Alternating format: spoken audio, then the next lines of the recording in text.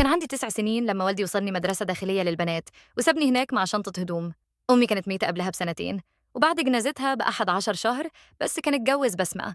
وبعدها ب1 سنة وصل البيبي الأول، وبعده جه التاني. وفجأة البيت بقى ما فيش فيه مكان لبنت هادية وشها صورة طبق الأصل من أمها الميتة.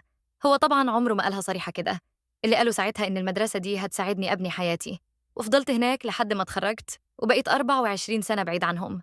إخواتي من طرف أبويا شفتهم تقريبا 9 مرات بس في 15 سنة، لدرجة إنهم ما كانوش عارفين يندهولي بإيه، ولا أنا حتى كنت عارفة أقولهم إيه.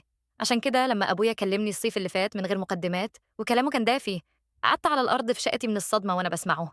قال إنه كان بيفكر فيا وإنه ندمان، وقال الجملة اللي أثرت فيا جدا. قال: أنت مش متعلقة بيهم، وده ذنبي أنا، وعايزة أصلح ده قبل فوات الأوان. كان عايزني أرجع البيت في الصيف ونعمل ذكريات سوا، وقال إنه عايز بنته ترجع له. أنا قلت ماشي، ولمدة 3 أسابيع الموضوع كان جميل تقريبا. وقتها حسيت بحاجة في صدري ما كنتش حسيتها من وأنا عندي 7 سنين. وفجأة طلب مني أمضي على ورقة، شوية أوراق روتينية بس كده قالها. كانت ورقة تخص بيت أمي، البيت اللي كبرت فيه واللي فضل مقفول بقاله 18 سنة. قال إنه محتاج إمضتي عشان يسهل الأمور قبل آخر السنة. مرر الورقة ناحيتي على ترابيزة الأكل، والقلم كان مجهزه. قلت له هقراها الأول. وشه اتغير لمدة نص ثانية، والنص ثانية ده كان كفاية قوي بالنسبة لي. أنا بنت أمي، وده معناه إني ما مضيش على حاجة من غير ما أقراها. عملت نفسي بقرا وبدأت أصور الورق، وكلمت أول رقم موجود في الورق. كان رقم الموظفة، والست اللي ردت عليا فهمتني إن الورق ده لصندوق مالي باسمي من وأنا عندي 7 سنين، وسألتني لو حابة أستلم تقرير الحسابات الكامل. أمي كانت سايبالي صندوق مالي فيه البيت ومبلغ محترم، وكل ده ليا أنا، وأبويا كان مجرد وصي عليه. تقرير الحسابات وصلني 40 صفحة. قريت كل كلمة وكل سطر الساعة 8 بالليل. مصاريف المدرسة الداخلية، ولا جنيه طلع من جيب أبويا. هو ما بعتنيش هناك على حسابه، هو بعتني هناك على حسابي أنا. وتحت كل ده كانت في سحوبات تانية تحت مسمى رعاية المستفيد، وهي كلمة معناها أي حاجة الوصي عايزها.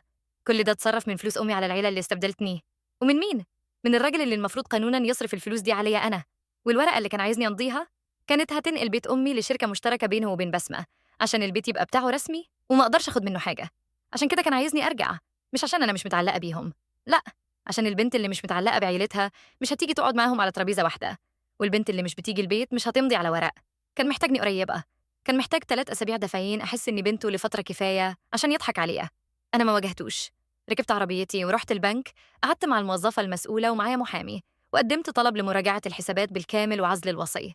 كلمني 11 مرة في الأسبوع ده. الرسائل الصوتية تحولت من الأب الدافي لنسخة من الأسف والاعتذار. بيت أمي بقى بتاعي دلوقتي، وشايلة مفتاحه في ميداليتي بين مفتاح شقتي ومفتاح عربيتي.